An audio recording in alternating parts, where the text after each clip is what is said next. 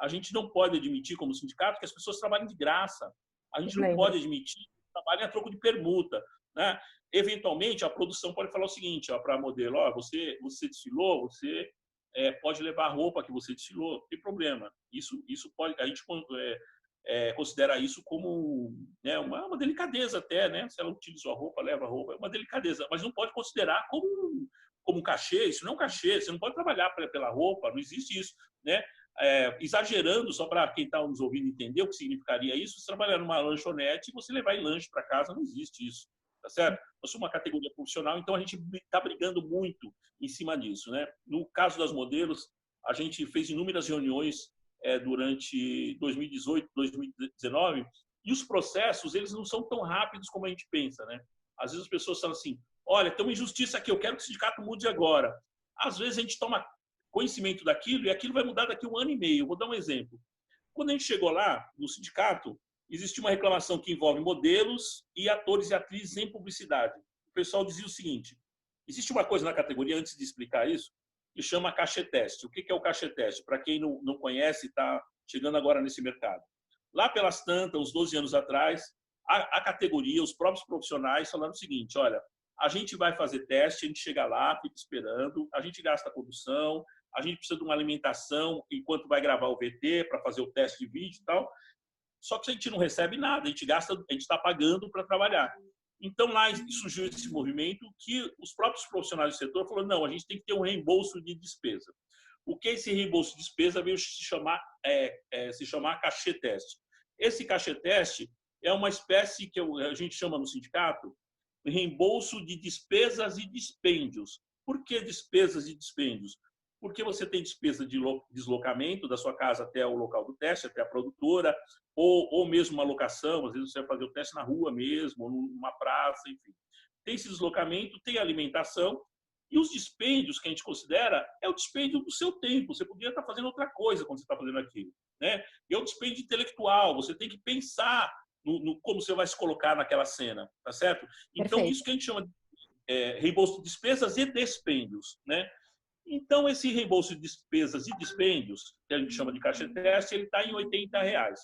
Ele está há mais de 10 anos, viu, Renato? E para quem está nos ouvindo. Então, o sindicato está batendo na tecla seguinte, isso precisa ser reajustado, porque tudo é reajustado. O salário do trabalhador é reajustado, tá certo? Então, a gente fez uns cálculos lá pelo IGPM, a gente tentou negociar durante 2 anos com a APRO, que é a Associação das Produtoras, não tivemos sucesso, e agora nós estamos negociando com o sindicato patronal chamado Sinsage, e nós vamos colocar isso na rua assinando a proposta. Ontem tive uma reunião com as agências de atores, mais de 40 agências que representam cerca de 90% do mercado. Ótimo. E diga-se, foi uma reunião muito boa, com pessoas muito sensíveis, né? São pessoas que estão no mercado e elas sabem o valor dos atores, né?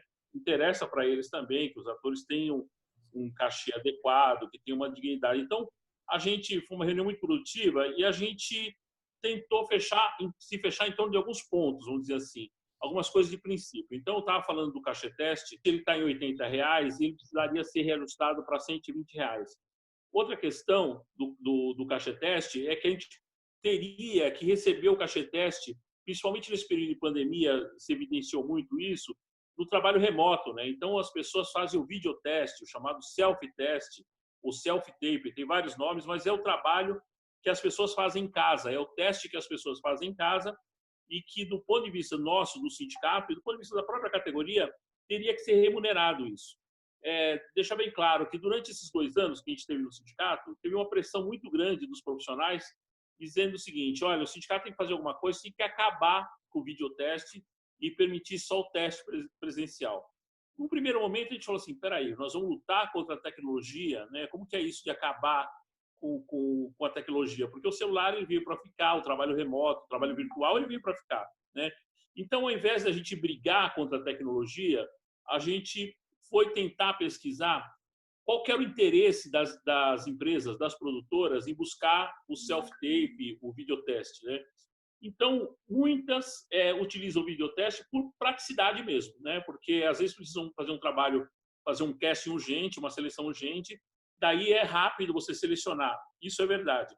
Mas uma outra verdade, e talvez a verdade que mais pega aí no caso, é que muitas produtoras se utilizavam disso para não pagar o cachê-teste, porque passado todo esse tempo, né, passado todo esse tempo de vigor do cachê-teste, mais de 10 anos, né, desse reembolso de despesas e dispêndios, eu gosto muito de reiterar isso, reembolso de despesas e dispêndios, porque quando eu reitero isso, eu estou querendo dizer o seguinte: você ator, você modelo, você atriz, você não precisa dar nota fiscal, porque é um reembolso de despesa, ele entra na despesa de produção.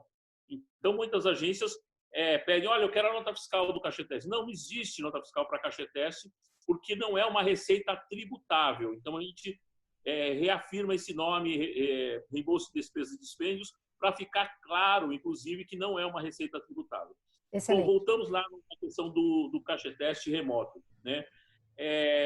Que as empresas, me confundiam, as empresas pedem o videoteste, o self-tape ou o self-teste, videoteste, esse trabalho remoto de teste, mas muitas empresas fazem isso para burlar o próprio pagamento desse cachê-teste presencial, né? Então, assim, existe um debate muito grande do sindicato, principalmente nesses 2 últimos anos, em cima dessa questão, porque as empresas que eu falo, quando eu falo empresas, são as produtoras, né? As empresas de audiovisual, do ramo de audiovisual, questionam muito o sindicato, e assim, num lugar que, do meu ponto de vista, até é muito feio, né, para as produtoras, porque eles falam assim, as pessoas vivem de cachê-teste. E o que eu respondo é o seguinte: se as pessoas chegarem a tal condição de precisar viver de cachê-teste, alguma coisa está errada, porque elas são profissionais do mercado, né? Então, isso tem a ver também com esses 15 anos de achatamento dos cachês nesse mercado de publicidade, nesse mercado da indústria audiovisual como um todo. Tá certo? Outra questão que a gente está batendo agora na comissão coletiva, que é uma reclamação antiga das modelos. Falam assim, olha, eu fiz foto não tem cachê-teste. Não, foto tem cachê-teste, sim. A gente está, inclusive, colocando que tem um cachê-teste agora, um cachê-teste para cinema, né? Para elaboração dos audiovisuais, outros produtos audiovisuais, com as séries, né? Séries agora que estão gravadas no Brasil, a questão da Netflix e dessas ferramentas, né? Tanto a Netflix como a Amazon, que utiliza do trabalho dos artistas, né, que pede para as produtoras que eles também recebam o cachê-teste, como também recebam o cachê-teste, quem faz a audição de musical, né? Então, porque quem faz uma audição de musical também tem uma despesa, também tem direito a um reembolso de despesas e despesas, porque é muito similar ao teste que se faz no audiovisual, é muito similar às horas e tantas horas que as modelos ficam na sessão de fotos. Então, a gente acha justo, por bem, regulamentar isso. E, Norberto, deixa eu te fazer uma pergunta.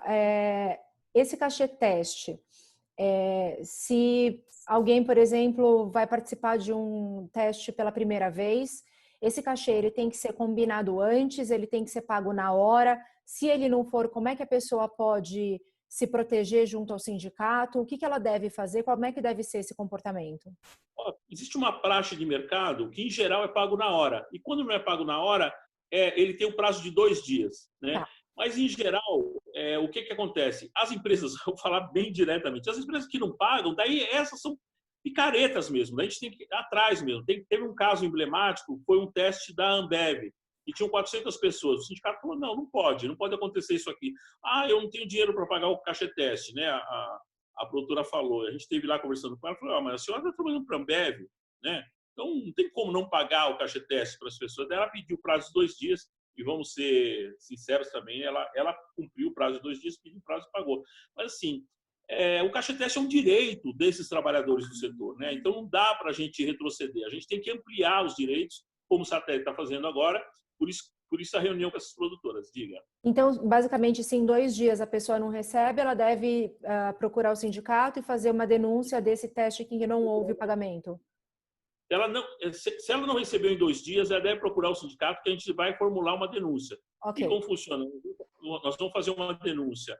Primeiro, notificação extrajudicial e depois uma notificação judicial. Eles vão ter que responder por isso, principalmente agora de fechando a convenção coletiva.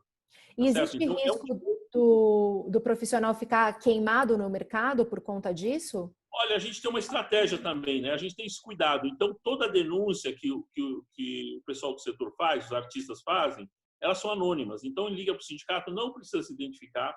A gente tem tido esse cuidado, né? Todas essas fiscalizações que a gente fez durante o ano de 2018 e 2019, que foram muitas, né? O pessoal até ficou assustado, falou assim, O sindicato é doido, né? O sindicato chama a polícia para a T4F, chama a polícia para o Alexandre Ercovitch. Não, como vocês fazem uma coisa dessa? Não, a gente não a gente não faz isso porque a gente gosta, não gosta de ficar andando com polícia e ter um artigo numa a lei das contravenções penais, que é uma lei de 1941, mas ela está em vigor, que diz tem um artigo 47 que diz respeito ao exercício legal da profissão. Então, o artista às vezes não sabe, mas a sua profissão, artista, ator, atriz e figurante, é uma profissão regulamentada, né? Assim como médico, assim como engenheiro, assim como corretor de imóveis. Corretor de imóveis também é uma profissão regulamentada. Veja você que interessante, né? Então, a partir do momento que você tem uma profissão regulamentada, né, tem um artigo lá na Lei das Contravenções que é exercício legal da profissão. Assim como eu e você, viu, Renato?